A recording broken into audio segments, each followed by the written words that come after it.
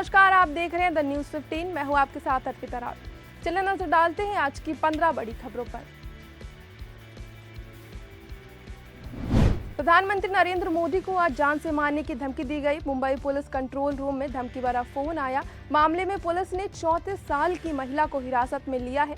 पूछताछ में पता चला कि महिला मानसिक रूप से अस्थिर है। उसने शरारत में फोन किया था। महिला का कोई क्रिमिनल रिकॉर्ड भी नहीं है। फिलहाल मामले में जांच जारी है। झारखंड की राजधानी रांची के मोरहाबादी मैदान में हेमंत सोरेन सरकार के शपथ ग्रहण समारोह का आयोजन किया गया। राज्यपाल संतोष कुमार गंगवार ने हेमंत सोरेन को झारखंड के 14वें मुख्यमंत्री के रूप में शपथ दिलाई। उन्होंने चौथी बार सीएम पद की शपथ ली। इस मौके पर मंच पर रूपी सोरेन, ममता बनर्जी, अरविंद केजरीवाल, राहुल गांधी, मल्लिकार्जुन खड़गे समेत कई दिग्गज नेता मौजूद रहे। कांग्रेस नेता प्रियंका गांधी ने आज सुबह लोकसभा में वायनाड के सांसद के रूप में शपथ ली। उन्होंने संविधान हाथ में लेकर अपनी शपथ पढ़ी। प्रियंका गांधी ने शपथ लेते हुए कहा, मैं प्रियंका गांधी वाड्रा लोकसभा की सदस्य निर्वाचित हुई हूँ। सत्यनिष्ठा से प्रतिज्ञान करती हूँ कि विधि द्वारा स्थापित भारत के संविधान के प्रति सच्ची श्रद्धा और निष्ठा रखूंगी। मैं भारत की प्रभुत्ता और अखंडता अक्षुण्ण रखूंगी तथा जिस पद को मैं ग्रहण करने वाली हूँ उसके कर्तव्यों का श्रद्धापूर्ण निर्वहन करूंगी।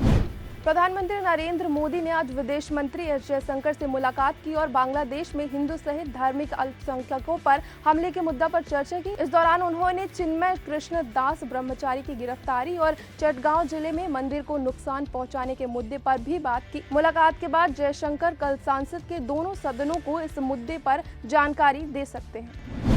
राजधानी दिल्ली और एनसीआर में वायु प्रदूषण का स्तर लगातार बढ़ता जा रहा है। वहीं सुप्रीम कोर्ट ने फिलहाल ग्रैब 4 के प्रतिबंध हटाने से इनकार कर दिया है। कोर्ट ने दिल्ली और एनसीआर के इलाकों में 2 दिसंबर तक ग्रैब 4 की प्रतिबंध लागू रखने का फैसला दिया है। सुप्रीम कोर्ट ने कहा कि ग्रैब को लागू रखने के दौरान लापरवाही बरतने वाले अधिकारियों के खिलाफ कार्रवाई में तेजी लानी चाहिए।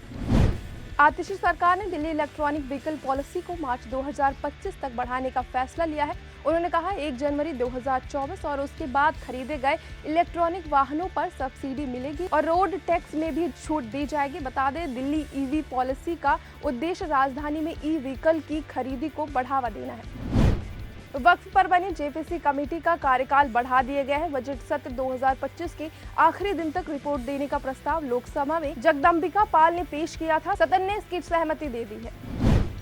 दिल्ली में बृजवासन इलाके में गुरुवार को ईडी की टीम पर आरोपियों ने हमला कर दिया।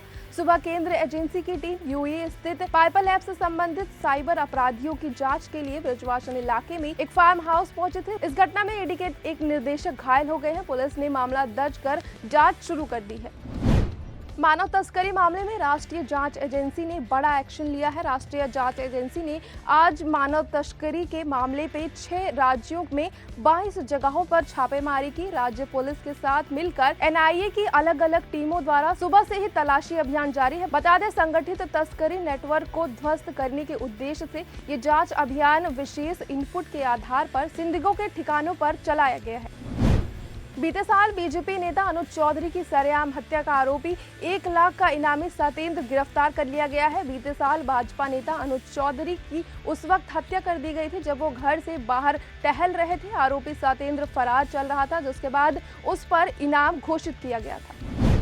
दिल्ली के प्रशांत विहार बंसी स्वीट्स में संदिग्ध धमाका हुआ है। ये धमाका सुबह 11 बजे हुआ है। इसकी जानकारी पुलिस को पीसीआर कॉल से मिली। बताया जा रहा है कि मिठाई की दुकान के सामने ये धमाका हुआ। जिस जगह से धमाका हुआ था उससे कुछ कदम पर ही एक स्कूल भी है। इसके अलावा वहीं पर क्राइम ब्रांच का कार्यालय भी है।